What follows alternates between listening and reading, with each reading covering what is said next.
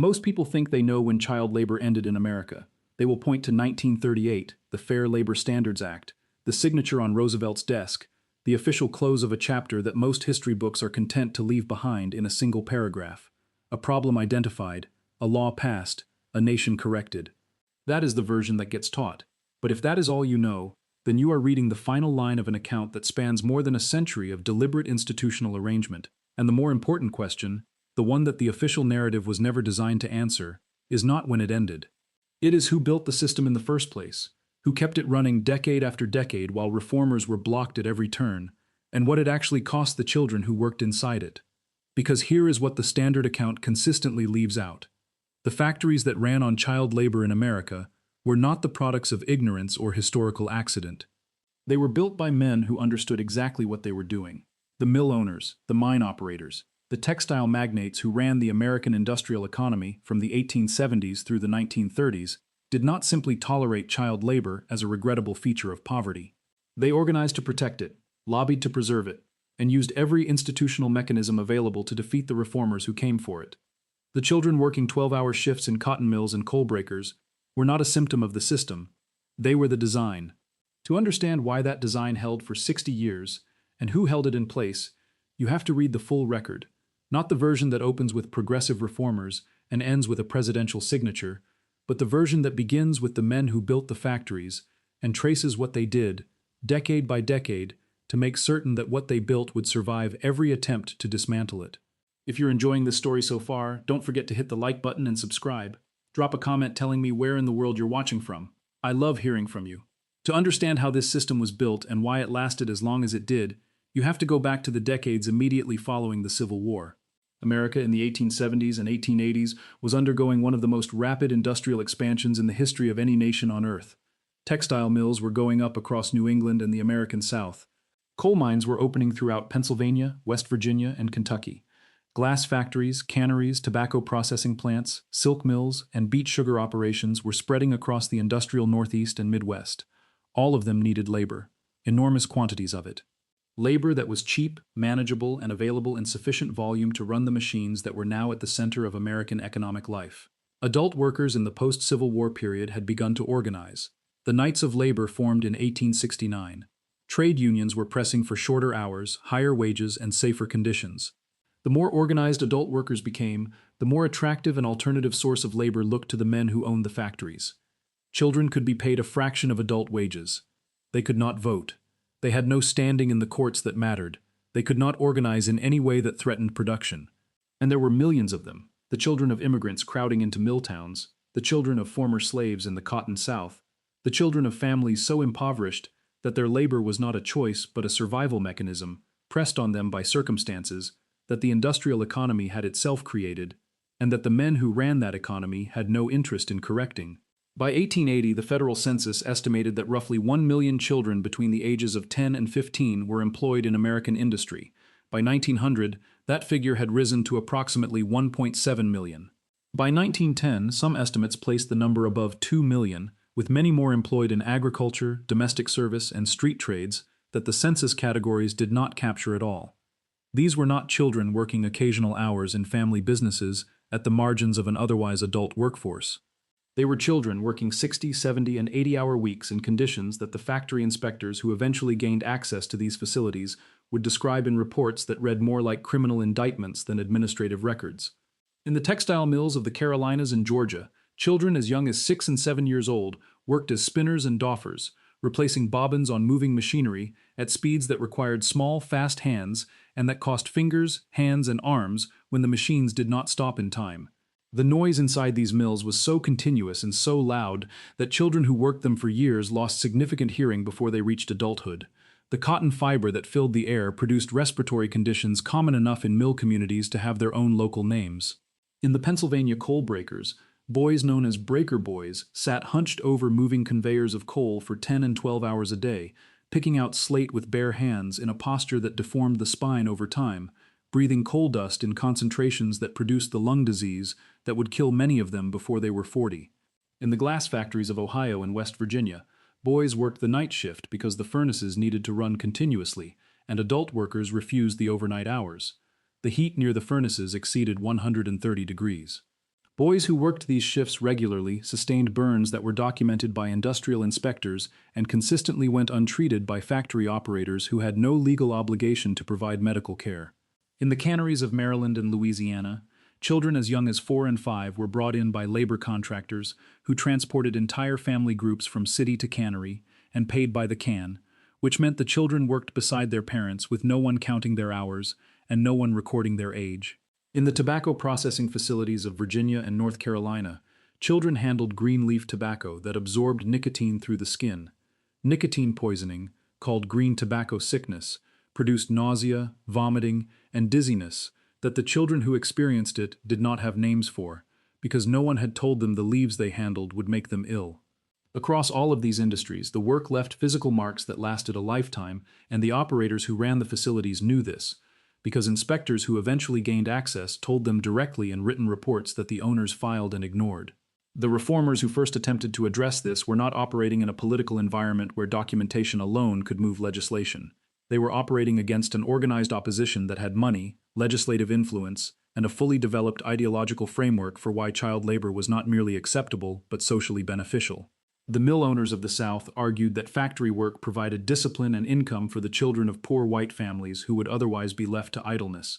The mine operators argued that breaker boys were learning the practical skills of the trade. The glass manufacturers argued that their industry could not survive at the wages that adult workers required for night shifts. And all of them argued, with considerable political effectiveness, that any restriction on child labor was an interference with the rights of parents to direct the labor of their own families, a position that translated cleanly into the constitutional and political language of the period and gave legislators a ready-made justification for inaction that sounded principled rather than expedient. What this argument obscured, deliberately and consistently, was the coercive structure that surrounded the families whose choices it claimed to defend.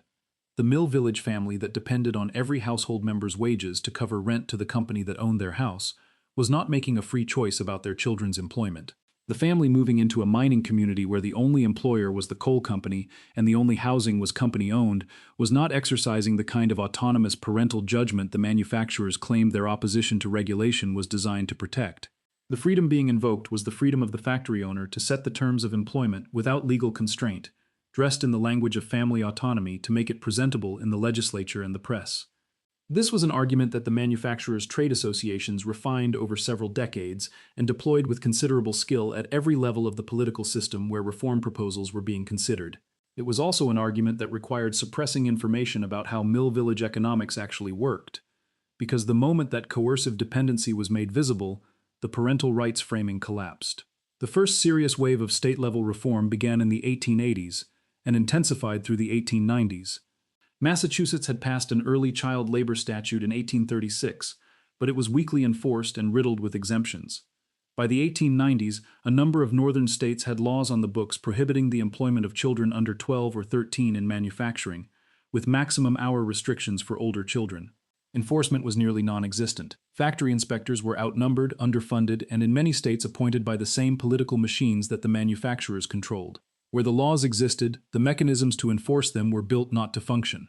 A mill owner who wanted to continue employing children under the legal age faced no meaningful risk from a state inspection apparatus that visited infrequently, announced its visits in advance when it came at all, and accepted the word of the employer about the ages of the workers on the floor. In some states, operators learned to keep two sets of payroll records, one for the inspector and one that reflected actual employment. Children who appeared to be underage were coached to give their ages as older than they were. Mothers who accompanied children to the factory and were questioned about their ages gave the answers that the supervisors had prepared them to give. The situation in the South was worse by a substantial margin.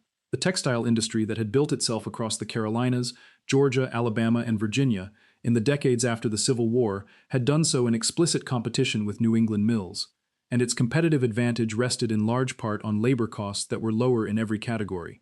The mill villages that surrounded the factories were company-owned communities where the operator controlled housing, the company store, the school, and often the local government. Child labor was not merely tolerated in these communities. It was the economic foundation on which the entire arrangement rested. A family moving into a mill village was expected to bring its children to work. The family wage was calculated on that assumption. Remove the children's earnings, and the family could not pay its rent to the company that owned the house it lived in. The system was designed with that dependency built into every component of it, and it functioned precisely as intended. Southern mill operators who appeared before state legislative committees to oppose child labor legislation routinely argued that the mill villages they had built represented an improvement in the living conditions of the rural poor, and that the employment of children within them was an extension of the family-based agricultural labor that had always characterized the rural South. The argument was effective enough that Southern states consistently defeated reform proposals through the 1890s and into the 1900s, and the competition between Southern and Northern states for manufacturing investment was used to pressure Northern legislatures against strengthening their own labor laws, on the grounds that stricter regulation would drive factories south. When the National Child Labor Committee was formed in 1904, it was the first sustained national organization dedicated specifically to documenting and ending the practice.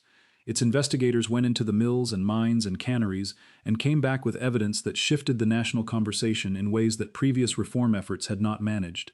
The photographer Louis Hine, working for the committee beginning in 1908, produced images of breaker boys, spinner children, oyster shuckers, and glass factory boys that placed a specific human face on what had previously been discussed in the abstract language of labor statistics. These were not illustrations produced for a pamphlet. They were records taken in the actual facilities where the children worked, often at significant personal risk to Hine, who gained access by misrepresenting himself to factory managers. The children in his photographs were real, their names were recorded in his field notebooks, and their faces carried the expressions of people who had been at work since before the light came up. The committee published Hine's photographs alongside its investigative reports, and the effect on the reading public was significant enough to be measurable in the editorial shifts at major newspapers that had previously been indifferent to the issue. But documentation was not legislation, and legislation was not enforcement. The committee pressed Congress for a federal child labor law, understanding that state-by-state reform would always be undercut by the economic competition between states for manufacturing investment. A factory owner threatened with stronger labor restrictions in one state could simply threaten to relocate to a state with weaker ones, and that threat was effective enough to keep Southern state legislatures consistently aligned with the manufacturers against reform. The Southern states, competing with each other to attract Northern capital investment, had every structural incentive to keep their labor laws permissive, and the manufacturers investing in the South had every financial incentive to keep the Southern legislatures cooperative with that objective. The reform organizations could document and publish and lobby and organize public opinion. The manufacturers could fund campaigns, place allies in committee chairmanships, and threaten economic consequences to communities their factories sustained. These were not equivalent institutional resources, and the legislative record across the first decade of the 20th century reflects that disparity precisely. The first federal attempt came in 1916 with the Keating-Owen Child Labor Act, which prohibited the interstate shipment of goods produced with child labor. It was a significant achievement, the product of years of sustained lobbying by the National Child Labor Committee, and a political moment in which the progressive movement had sufficient strength in Congress to push it through over organized manufacturer opposition. Woodrow Wilson signed it into law in September of 1916. It was struck down by the Supreme Court in June of 1918 in a 5-4 decision, Hammer v. Dagenhart, which held that Congress had exceeded its authority under the Commerce Clause and that the regulation of child labor remained a matter reserved to the states. The decision in Hammer v. Dagenhart tells a story about institutional design that extends beyond its specific legal reasoning. The majority opinion drew a distinction between goods that were inherently harmful when they crossed state lines and goods that were not inherently harmful in themselves. Cotton textiles made by children were not, in the court's analysis, inherently harmful goods.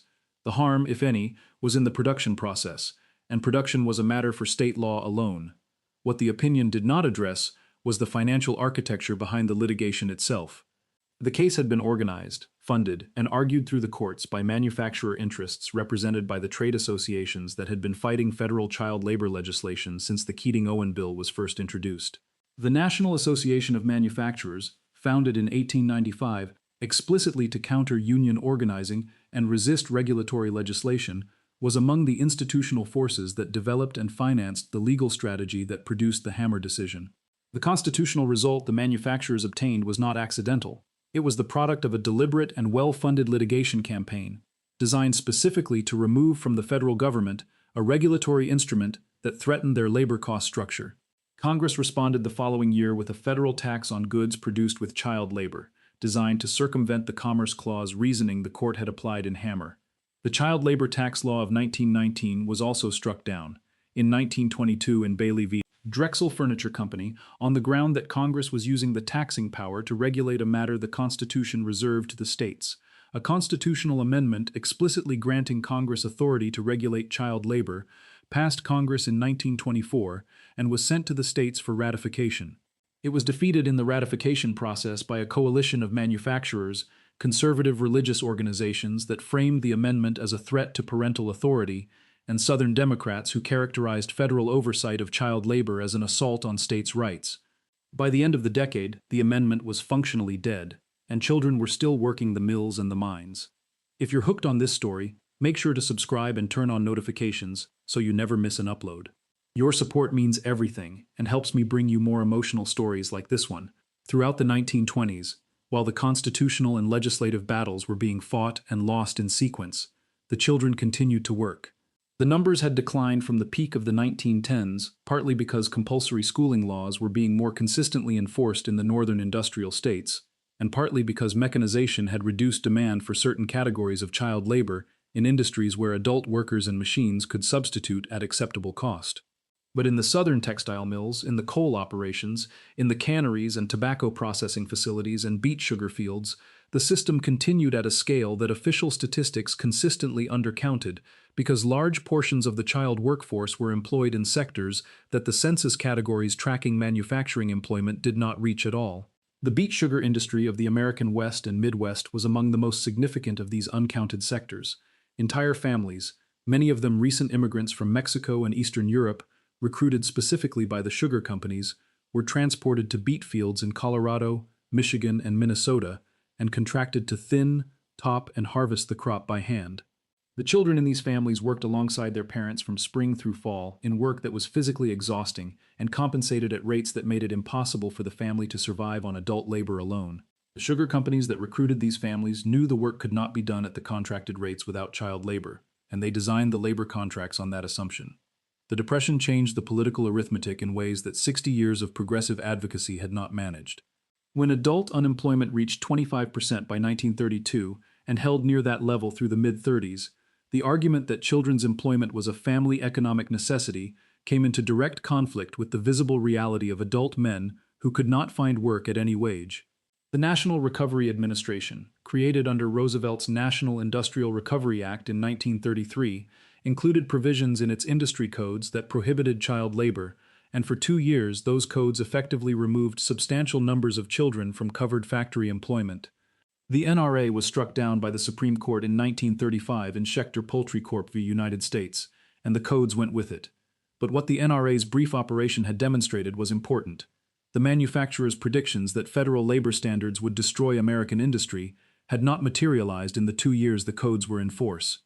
The industries operating under the NRA codes had not collapsed when required to employ adults rather than children.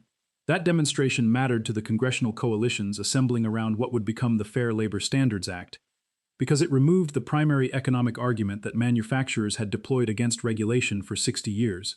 The Fair Labor Standards Act of 1938 established a federal minimum wage, mandated overtime pay for hours worked beyond 40 per week, and prohibited the employment in interstate commerce of children under 16 in most occupations, with stricter restrictions for those under 18 in occupations the Department of Labor designated as hazardous. The bill's passage required the compromises that had characterized every previous legislative effort on the subject. Southern Democrats in Congress successfully insisted on excluding domestic workers and agricultural laborers from the Act's coverage, exclusions that fell disproportionately on black workers in the South and on the migrant child farm workers who moved through the agricultural economy in conditions that paralleled those in the factories the Act was designed to regulate. The Act as passed was a genuine restriction on child labor in manufacturing and the covered sectors, but it left substantial categories of working children entirely outside its reach, and it did so deliberately, because those exclusions were the political price required to move the legislation at all. The men who built the textile mills and the coal operations and the glass factories accumulated substantial fortunes from an industrial economy that ran, in significant part, on the labor of children paid wages that adults would not accept. Those fortunes funded the political institutions, the universities, the cultural philanthropy, and the architectural legacy still visible in the American landscape.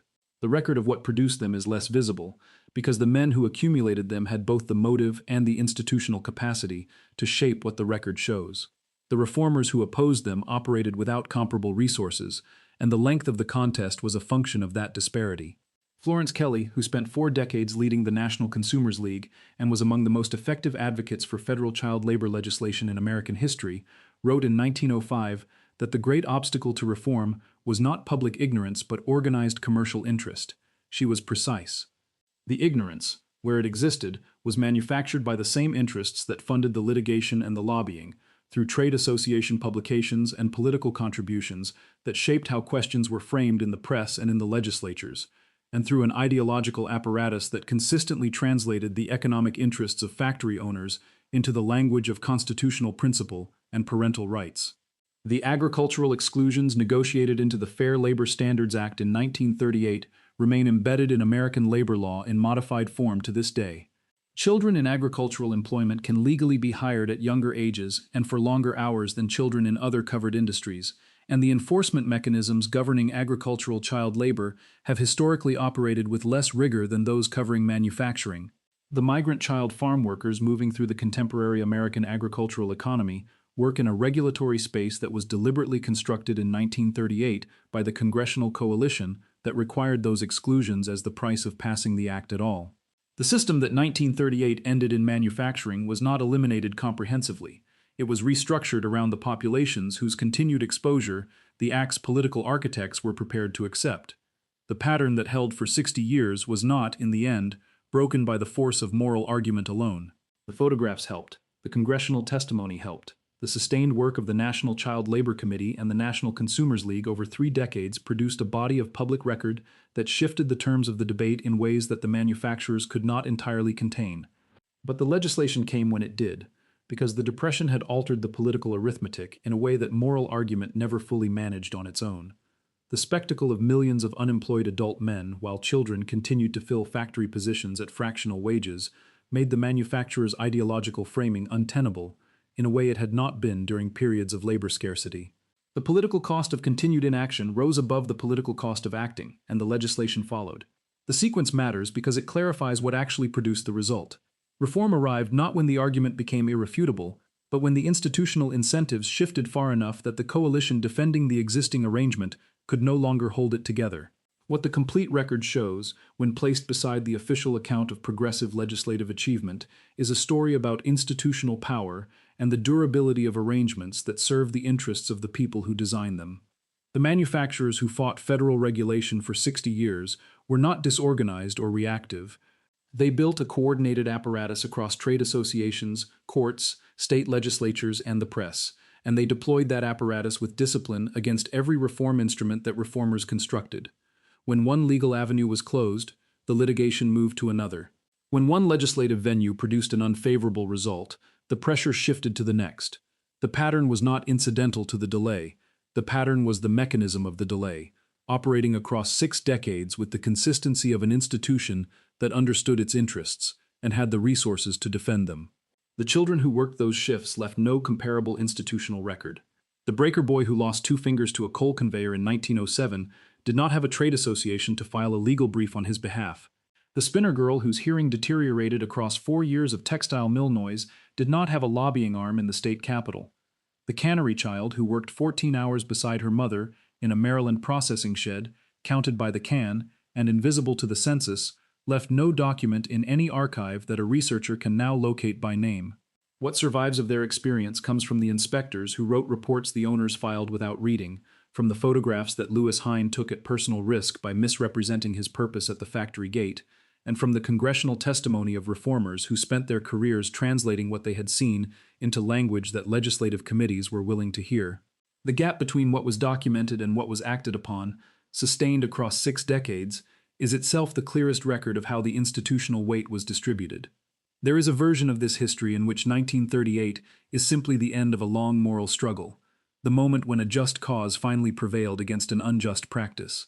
That version is not false, but it is incomplete in ways that matter.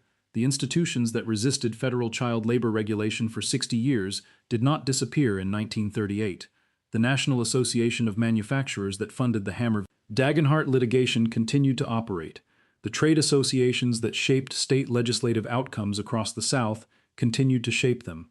The agricultural exclusions that the manufacturers' congressional allies negotiated into the Fair Labor Standards Act remained in the law. What changed was the scope of what those institutions could defend, not the character of the institutional interest that had always been at the center of the contest. The children who came after 1938 in covered industries were protected. The children who came after in the excluded sectors were not, and the line between those two categories was drawn by the same balance of institutional power that had determined every previous outcome in the preceding 6 decades. The Fair Labor Standards Act was a genuine achievement.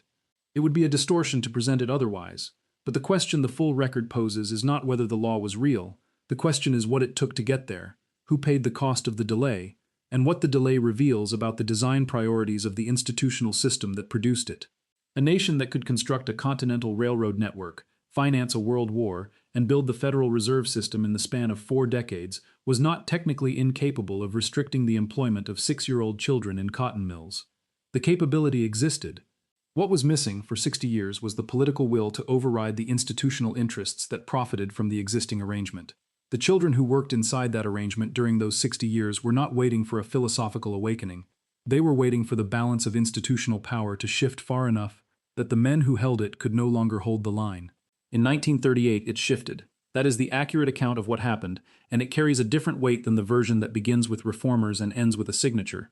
The record also shows something about the nature of institutional memory and who controls it.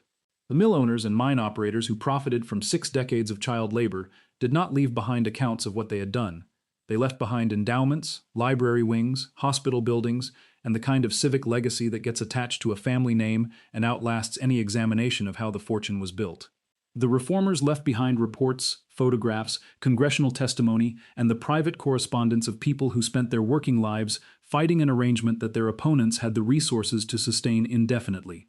Florence Kelley died in 1932, 6 years before the law, so 6 years before the law, she spent her career trying to pass, finally reached Roosevelt's desk.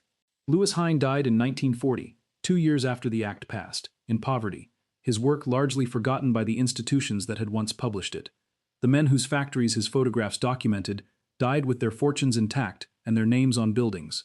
The distance between those two outcomes is not incidental to the history, it is the history. What the full record shows, read without the framing that the standard account imposes, is that the cost of 60 years of institutional resistance was not distributed evenly across the people who lived through it. It was concentrated, as it was designed to be, on the people with the least capacity to resist the arrangement and the fewest resources to outlast it. The law that arrived in 1938 was real.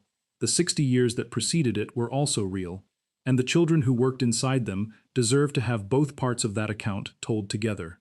Thank you so much for watching until the end. If you loved this story, check out the other videos on your screen now. I think you'll really enjoy them.